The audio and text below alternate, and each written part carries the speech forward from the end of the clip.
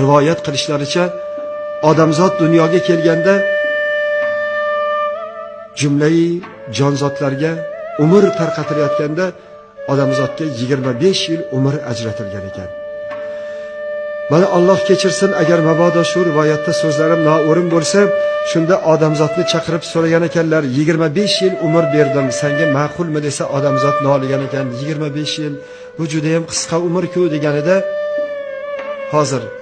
hozir bir amallarimiz deb odamzod hayvonlarga murojaat qilib,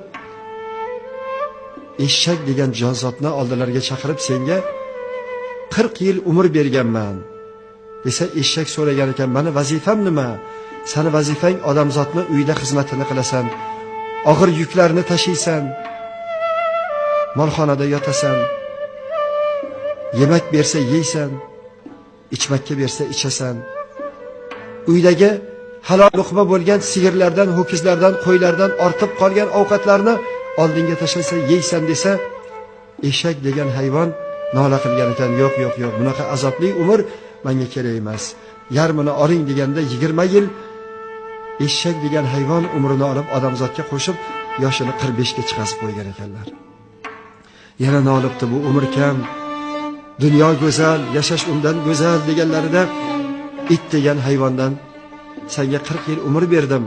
Vazifang uyni qo'riqlaysan, yugurasan, yelasan, kechalari uyqu yo'qsanda uyni qo'riqlab chiqasan, qorong'i oqshomda darvozani oldida yotasan desa, it noligan ekan, menga bunaqa umrda nima keragi bor? Yarmini oling, roziman deganlarda it umridan yarmini olib odamzodga qo'shgan ekan. 65 bahor senga yetarlimi deganlarda odamzod yana noligan ekan, iloji bo'lsa yana qo'shing desalar, maymun degan maxluq ko'rinib qolibdi. Senga 40 yil umr berdim.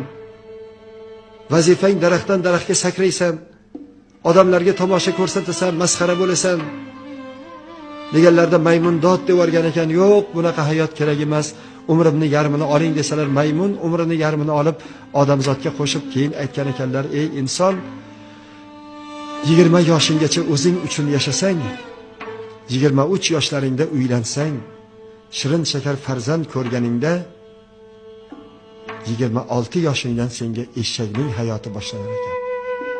Qo'pol qilib aytganda eshakdek yugurib, topgan tutganingni uyingga tashiysan, bolam chaqam deb yugurasan, ko'z ochib yumguncha 20 yil davring o'tib ketib qolar ekan. 45 ga kirganingda bolalaringni ham yoshi 20 ga 18 ga kirib qolganda itga o'xshab bolalarimizga hururkanmiz, hoy bolam u yoqqa borma, hoy kech kelmagan, hoy bolam yaxshiga yonda